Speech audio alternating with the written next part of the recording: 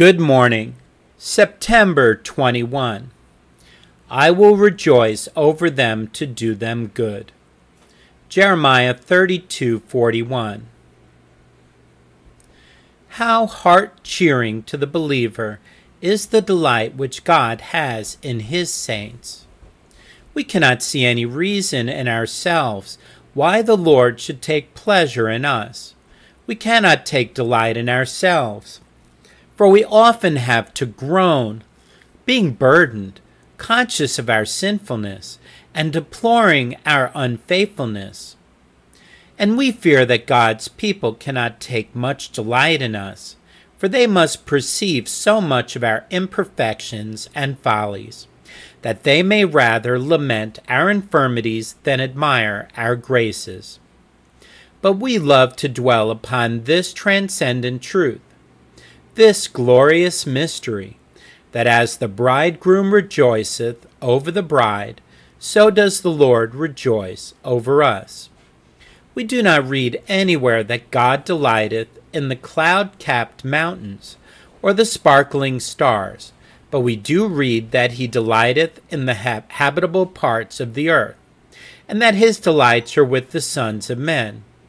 We do not find it written that even angels give His soul delight.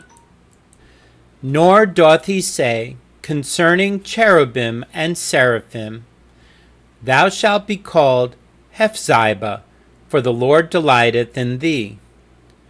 But He does say all that to poor fallen creatures like ourselves, debased and depraved by sin, but saved, exalted, and glorified by His grace. In what strong language He expresses His delight in His people. Who could have conceived of the Eternal One as bursting forth into a song? Yet it is written, He will rejoice over thee with joy. He will rest in His love. He will joy over thee with singing. As He looked upon the world He had made, He said, It is very good. But when He beheld those who are the purchase of Jesus' blood, His own chosen ones, it seemed as if the great heart of the Infinite could restrain itself no longer, but overflowed in divine exclamations of joy. Should not we utter our grateful response to such a marvelous declaration of His love and sing, I will rejoice in the Lord. I will joy in the God of my salvation. September 21st. Serve the Lord with gladness. Come before His presence with singing. Psalm 100, verse 2. God wants our life to be a song. He has written the music for us in His Word and in the duties that come to us in our places and relations in life. The things we ought to do are the notes set upon the staff. To make our life beautiful music, we must be obedient and submissive. Any disobedience is the singing of a false note and yields discord. By J.R. Miller. September 21. You must learn of the sheep to suffer, and to put up wrongs without murmurings and complaints.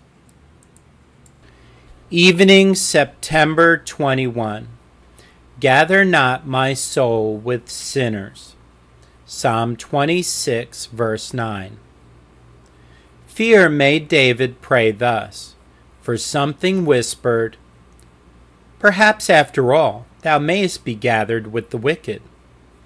That fear, although marred by unbelief, springs in the main from holy anxiety, arising from the recollection of past sin.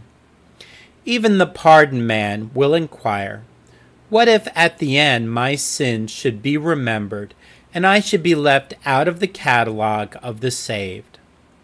He recollects his present unfruitfulness, so little grace, so little love, so little holiness, and, looking forward to the future, He considers his weakness and the many temptations which beset him, and he fears that he may fall and become a prey to the enemy.